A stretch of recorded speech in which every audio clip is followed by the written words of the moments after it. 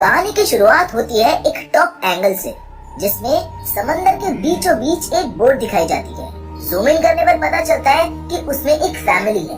अच्छा, मैं आपको इस फैमिली से इंट्रोड्यूस करा देता हूँ। सबसे पहले हमें जूलिया को दिखाया जाता है और साइड में जूलिया का हस्बैंड टॉम है। ये उनका बेटा बेन और ये उनकी बेटी कैसी। कल बेन का बर्थडे है, तो ये लोग उसको डिफरेंटली सेलिब्रेट करना चाहते थे, इसीलिए वो समंदर के बीचों बीच आ चुके हैं। आज रात ठीक 12 बजे वो बेन का बर्थडे सेलिब्रेट करेंगे, इसीलिए वो बोट को एक जगह पर रोक देते हैं। जिसके बाद जूलिया थोड़ी देर स्विम करने के लिए समुद्र में कूद जाती है। कैसी हेडफोन्स पहनकर आराम से म्यूजिक सुन रही होती है। दूसरी ओर टॉम बेन को फिशिंग करने की टेक्निक सिखा रहा होता है। अब जूलिया जो पानी में कूदी थी, उसे अचानक से समुद्र कुछ ज्यादा ही खामोश लगने लगता है। वो रियलाइज करती है कि समुद्र का पानी बहुत ही फोर्स के साथ एक दिशा में बह रहा है। ना चाहते हुए भी वो पानी के साथ साथ खींची चली जाती है। बोट का कंपास भी हर दिशा में घूम रहा होता है, पर टॉम उसको नोटिस नहीं करता और बेन को फिशिंग सिखा रहा होता है। वहीं जूलिया पानी के साथ बहते जाती है। वो मदद के लिए चिल्लाती है, लेकिन इन्हें कुछ भी सुनाई नहीं देता है। पर तभी खुशकिस्मती से टॉम को उसकी आवाज आ जाती है और वो जूलिया को देख लेता है। टॉम तुरंत ही बोट को उसके पास ले जाकर पानी में कूद जाता है और उसको बचाकर फाइनली बोट पर ले आता है। जिसके बाद कैसी को डांट पड़ती है कि मैंने तुम्हें कितनी बार कहा था कि जब कोई स्विम करने जाए तो उस पर ध्यान रखना चाहिए। तुम क्या कर रही थी वहाँ पर? वो माफी मांगती है कि मैंने हेडफोन्स पहन रखे थे, इसलिए मैं किसी की आवाज नहीं सुन पाई। आगे से ऐसा नहीं होगा, प्लीज मुझको माफ कर दीजिए। खैर, अब जूलिया सेफ है, इसीलिए वो थोड़ा शांत हो जाते हैं और रात को बर्थडे सेलिब्रेशन की तैयारी करते हैं। बलून्स, केक, सब कुछ रेडी हो जाता है। मैं आपको बता दूं कि ये बेन का 30th बर्थडे है। केक वगैरह काटने के बाद खूब एंजॉय होता है। उसको गिफ्ट्स मिलते हैं, एक फोटो भी ली जाती है यादगार के लिए। पर कैसी लैपटॉप के साथ बाहर जाती है और अपने बॉयफ्रेंड के साथ वीडियो कॉल कर रही होती है। वो देखती है कि उसके बॉयफ्रेंड के बैकग्राउंड में आसमान से बिजली गिर रही है और लगता है कि बहुत बड़ा तूफान आने वाला है। वो भी कह देता है कि वेदर रिपोर्ट में तो कुछ नहीं था, पर बहुत देर से बिजली गिर रही है और हवा भी पता नहीं कैसे अजीब चल रही है। अचानक से सिग्नल भी कट हो जाता है। जिसके बाद कैसी तुरंत अपनी फैमिली को इस बारे में बताती है कि मेरे बॉयफ्रेंड का कॉल आया था। वो कह रहा था कि वहाँ पर कुछ अजीब चल रहा है। अचानक इनकी बोट पर भी जोर का झटका लगता है। सभी घबराकर बाहर जाते हैं तो ये देखते हैं कि बहुत सारी व्हेल फिश इनकी बोट से टकरा रही हैं। लेकिन सोचने वाली बात तो ये है कि इस जगह पर व्हेल फिश होती ही नहीं है, तो क्या वो रास्ता भटक गई है? ये सोचकर टॉम बड़ा कंफ्यूज होता है। असल में टॉम एक ओशियन रिसर्चर है। वो समुद्र के बारे में काफी कुछ जानता है। कुछ देर में व्हेल फिश वहाँ से चली जाती है। व्हेल फिश के जाने के बाद टॉम चेक करने जाता है कि कहीं बोट को कोई डैमेज तो नहीं हुआ है, पर कुछ ही देर में वो बाहर आता है, वो भी घायल हालत में। असल में प्रोपेलर से उसको चोट लग गई थी। जूलिया उसके कट को स्टिच करती है और पूछती कि सब कुछ ठीक तो है ना। वो कहता है कि नहीं, एक मुसीबत है। बोट के नीचे के हिस्से का एक शाफ्ट टूट गया है।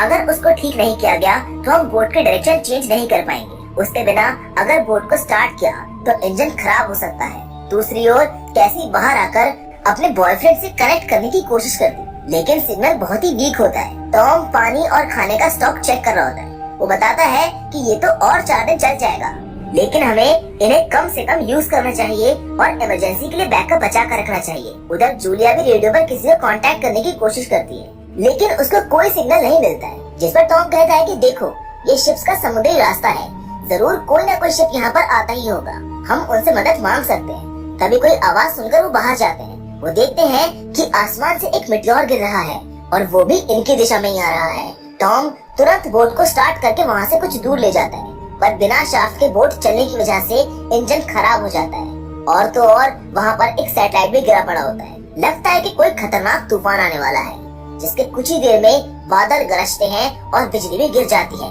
सब तुरंत बोट के अंदर चले जाते हैं और लाइफ जैकेट्स पहनकर बैठ जाते हैं, ताकि जैसे कुछ अनहोनी हो तो वो सब रेडी रहें। अगली सुबह पता चलता है कि सब सेफ हैं। रात भर बोट बुरी तरह से हिल रही थी, लेकिन अब वो एकदम बिना हिले डुले खड़ी है। वो चौंक जाते हैं कि हम कहाँ पर आ गए हैं, ये कैसे हो सकता है? बोट पानी में हिल क्यों नहीं रही है?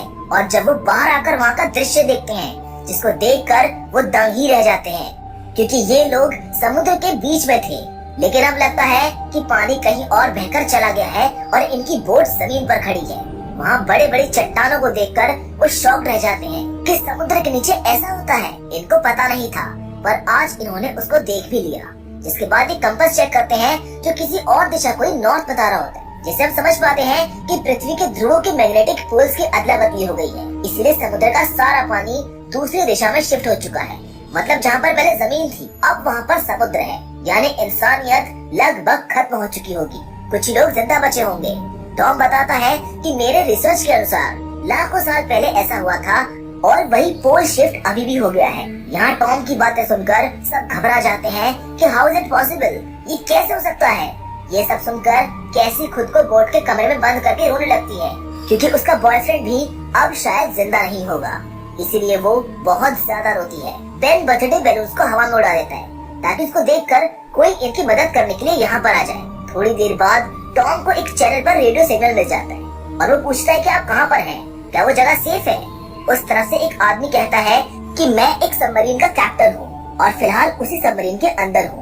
अच्छा दोस्तों, वो भी इसलिए जिंदा बच गया था क्योंकि सबमरीन बहुत ही गहराई में होती है।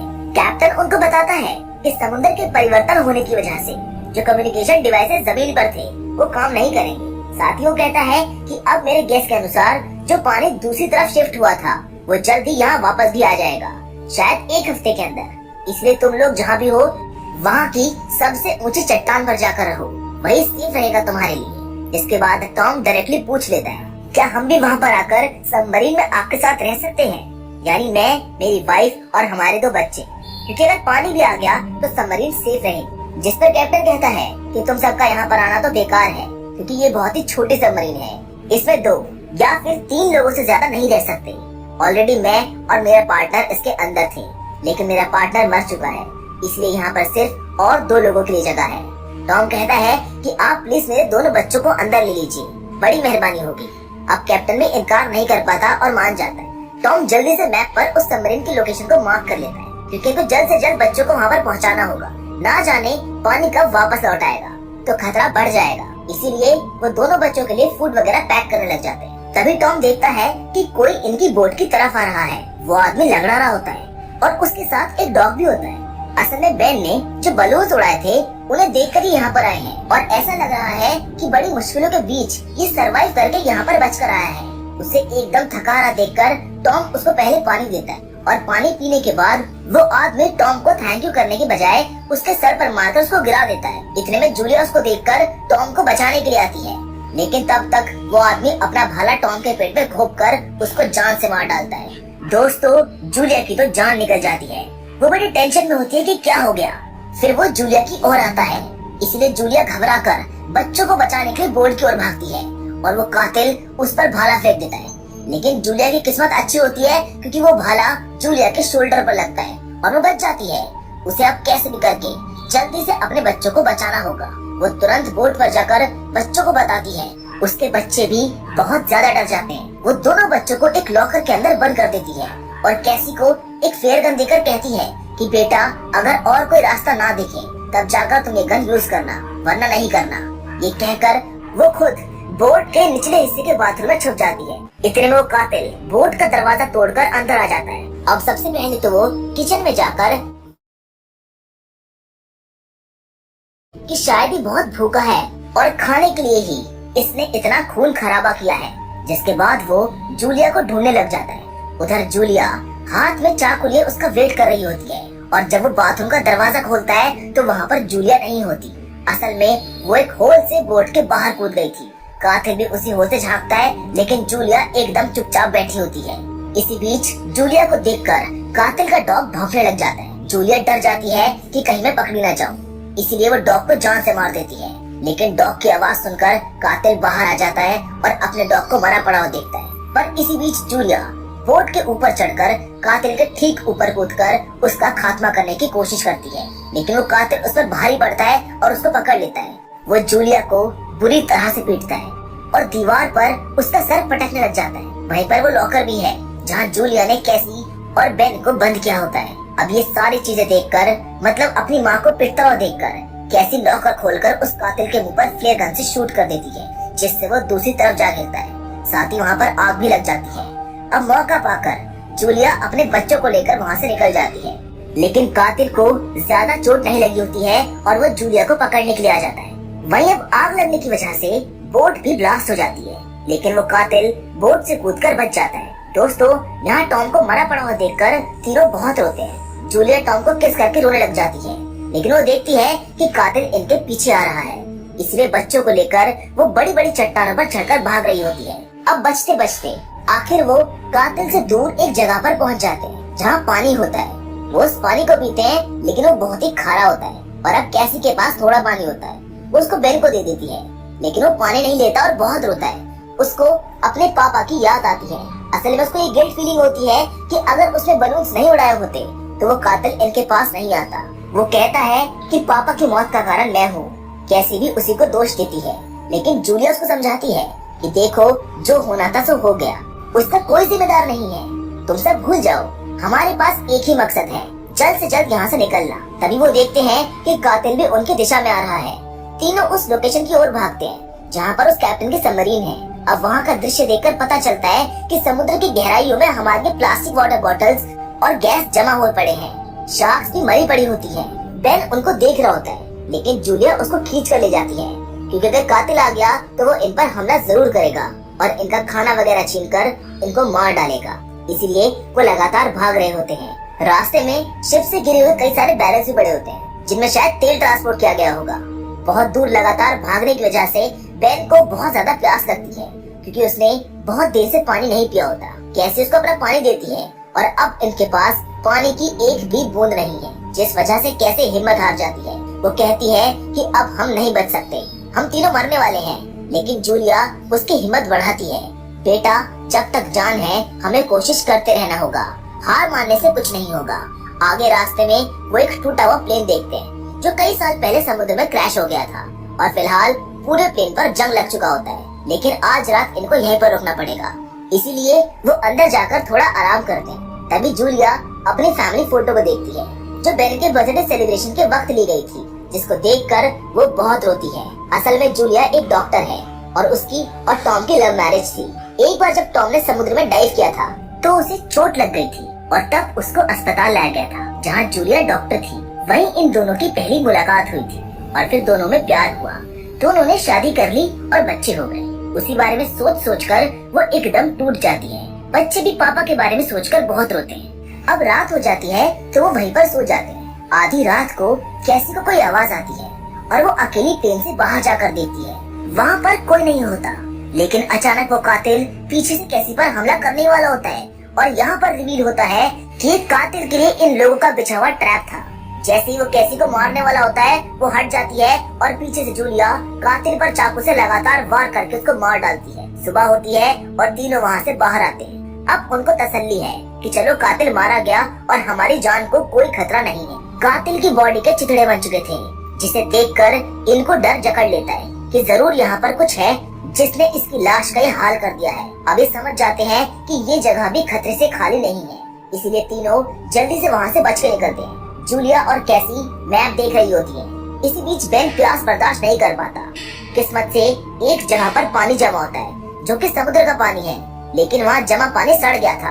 अब बेन की प्यास इतनी ज्यादा होती है कि वो अपना आपा खोकर तुरंत उस पानी को पीने लग जाते हैं। जूलिया और कैसी उसको रोकने आते हैं, लेकिन इतने में उसने बहुत पानी पी लिया था और इस वजह से होता ये है कि उसकी तबीयत खराब हो जाती है और वो चल भी नहीं पाता। तभी वहाँ पर कुछ प्लास्टिक की चीजें पड़ी होती हैं, जिन्हें वो एक टेंट की तरह सेट करके उसके अंदर आराम करते हैं। जिसके बाद जूलिया कैसी को कोई इंजेक्शन लगाती है। कुछ देर के बाद इन्हें कोई आवाज आती है, जिसको देखने के लिए जूलिया बाहर जाती है। उसके चेहरे पर डर मंडराने लग जाता है। वो तुरंत अपने बच्चों को जगाती है और तीनों तेजी से वहाँ से भागते हैं। थोड़ा आगे जाने पर रास्ते में उनको एक पुराना शिप दिखता है, जिसके कई कंटेनर्स बिखरे पड़े होते हैं। वहाँ पर कुछ सर्वाइवर्स होते हैं और ये तीनों उनकी ओर ही भागते हैं। वहीं हम देखते हैं कि असल में बड़े बड़े समुद्री कीड़े इनके पीछे पड़े हैं, इसलिए ये लोग भागकर यहाँ पर आए थे। जूलिया तो चिल्लाती है कि प्लीज कंटेनर का दरवाजा बंद मत करो, हम भी आ रहे हैं। लेकिन सर्वाइवर्स केकड़े के डर से कंटेनर्स के अंदर जाकर उसको लॉक कर लेते हैं। जूलिया दरवाजा पीटती रहती है कि प्लीज दरवाजा खोलो, पर वो दरवाजा नहीं खोलते।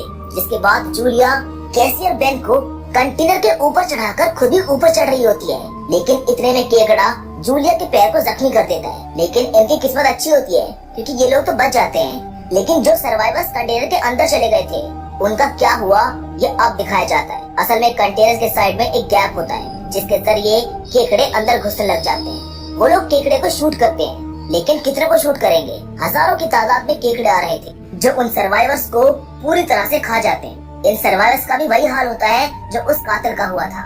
दूसरी ओर घाव की वजह से जूलिया बेहोश हो जाती है। जब उसकी आंखें खुलती हैं, तो दोनों बच्चे वहाँ पर नहीं होते। जूलिया डर जाती है कि बच्चे कहाँ पर गए। वो उन दोनों को पुकारती है।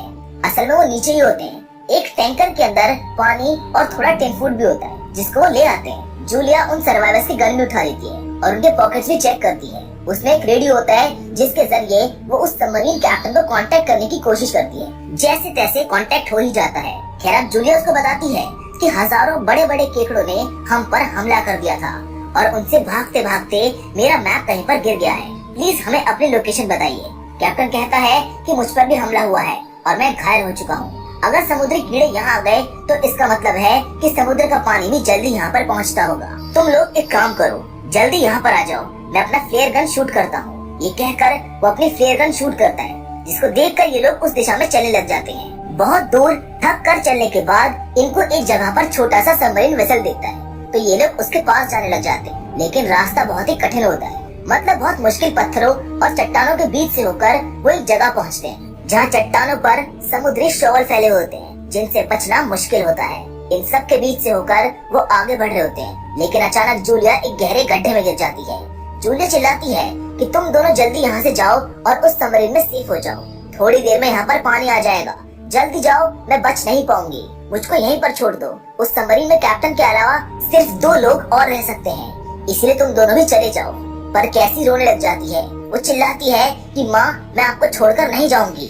जूलिया उसको समझाती है कि देखो जिद मत करो, तुम दोनों अभी जाओ और कैसी तुम बैंक का ख्याल रखना। ना चाहते हुए भी कैसी को जाना पड़ता है। वो सबमरीन तक पहुंच जाती है और दरवाजे को नॉक करती है, लेकिन कोई दरवाजा नहीं खोलता। असल में कैप्टन तो खुद बाहर खड़ा होता है, बिल्कुल लहूलुहान हालत में, और किसी भी वक्त मर सकता है। वो कहता है कि मैं जिंदा नहीं बचूंगा, तुम दोनों जल्दी से सबमरीन के अंदर चले जाओ और दरवाजा लॉक कर लो। कैसी अपनी माँ को लेने के लिए भागती है क्योंकि कैप्टन सबमरीन में नहीं आने वाला, जिसका मतलब है कि जूलिया भी अब सबमरीन में रह सकती है। इसी बीच गड्ढे के अंदर भी केकड़े आ जाते हैं। जूलिया उनको शूट करने लग जाती है, लेकिन वो तो एक के बाद एक लगातार आते रहते हैं। अब जूलिया हिम्मत हार चुकी थी, लेकिन तभी कैसी उसको पुकारती है और कहती है कैप्टन सबमरीन में नहीं आने वाला, आप मेरा हाथ पकड़कर ऊपर आने की कोशिश कीजिए। आखिरकार बड़ी कोशिशों के बाद जूलिया कैसी का हाथ पकड़ लेती है और ऊपर आने में सफल हो जाती है। फिर दोनों तेजी से सबमरीन की ओर भागते हैं। जैसे दोनों सबमरीन में चढ़ने वाले होते हैं, पानी की बड़ी बड़ी लहरें आ जाती हैं। लास्ट मोमेंट पर सभी अंदर जाकर दरवाजा लॉक भी कर लेते हैं। समुद्र का पानी जोर से सबमरीन पर पड़ता है और बाहरी लहरों के बीच सबमरीन पूरी तरह हिलती है। इसी बीच जूलिया को अब तक की सारी घटनाएं एक एक करके फिर से दिखाई देने लगती है और आखिर में वो बेहोश हो जाती है।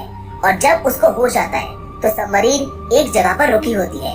असल में ये एक शहर हुआ करता था जो पानी में डूबकर पूरी तरह से नष्ट हो चुका है। यहाँ पर कोई जिंदा नहीं है इन 3 सर्वाइवर्स के अलावा, जिसके साथ ये लाइफ सर्वाइवल की कहानी यहीं पर खत्म हो जाती है। तो दोस्तों मैं उम्मीद करता हूँ कि सर्वाइव की कहानी आपको पसंद आई होगी। बाकी फिलहाल आज के इस वीडियो में बस इतना ही, लेकिन हम फिर से जरूर मिलेंगे और वो भी एक और नई इंटरेस्टिंग कहानी के साथ। पर हमेशा की तरह